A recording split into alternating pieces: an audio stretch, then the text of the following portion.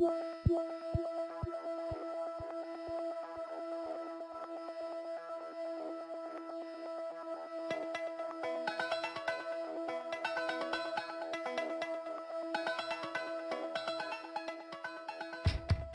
take a younger generation of people who grew up in Miami, like me, maybe complaining that there weren't things that they were looking for, and asking where are the great bands, where are the great artists, where's the great independent cinemas, all of these things that I find in other cities. And I think that they just woke up, myself included, and said, oh, we're the ones who are supposed to build that. This is a rotational art piece that we have in the space right now. It's actually moving to the Fort Worth Museum in Texas. It's a piece by Minerva Cuervas. And so the idea is, you have these water bottles out, and people are coming, stopping.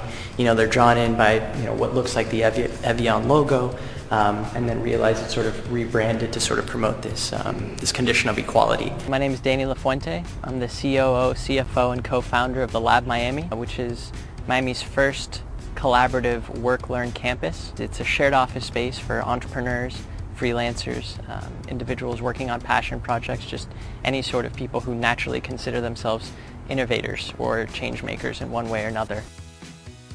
For the last 15 years, we've seen a dramatic turnaround in the city. We always had the geography, we always had the natural beauty, but there wasn't a focus on re-urbanizing the city, of going out and soliciting actively a creative class. This idea that there's no talent in Miami, that's not true. There's a lot of talent in Miami, but it's temporarily misplaced. They have jobs in New York, they have jobs in Silicon Valley, so we need to bring them back, and that's been a big part of our effort. Miami has gone through many phases. It's no longer a transient city. It's a city where people want to come and stay and raise their kids, and that means that you can really attract top-notch executives to come work for you. It's the perfect geographic location. There's really good access to good talent, and it's just a really nice place to be able to live in. Miami is a very open city and willing to engage in new opportunities. The idea of disruption is something that sort of comes natural to people in Miami. People in the creative industries, in the tech industries, in the art world really tend to find Miami as a great place to be. However, we felt that there lacked the platform to really nurture those projects and cultivate those projects and allow them to develop and sort of become sustainable here in Miami. In the 1970s, a group of us just graduated from architecture school, came to Miami, and started both teaching at the university and doing architectural projects. And I think at that time we didn't understand that this would be the place of growth that it turned out to be. We're in a similar time now as 30 years ago, in which a lot of the systems are broken, and you see especially young people striking out on their own in various ways, whatever field they're in.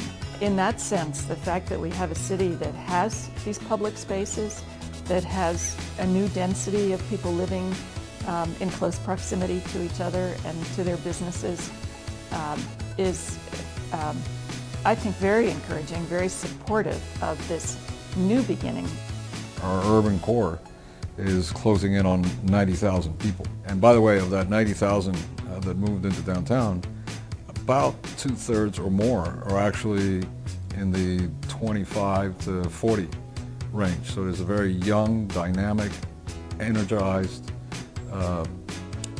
new population that is transferring their personal energy into on a citywide basis to create a very dynamic city. The research has shown most innovation happens from something outside your industry being applied to your own. And so it's that random conversation at a coffee shop or a bar, or running into someone. Maybe you happen to be sitting next to someone in a coffee shop and strike up a random conversation, and then it turns out that could be your future business partner, or they could say something that sparks a new idea. I'm Sabrina Skandar, and I'm one of the co-founders of So Love.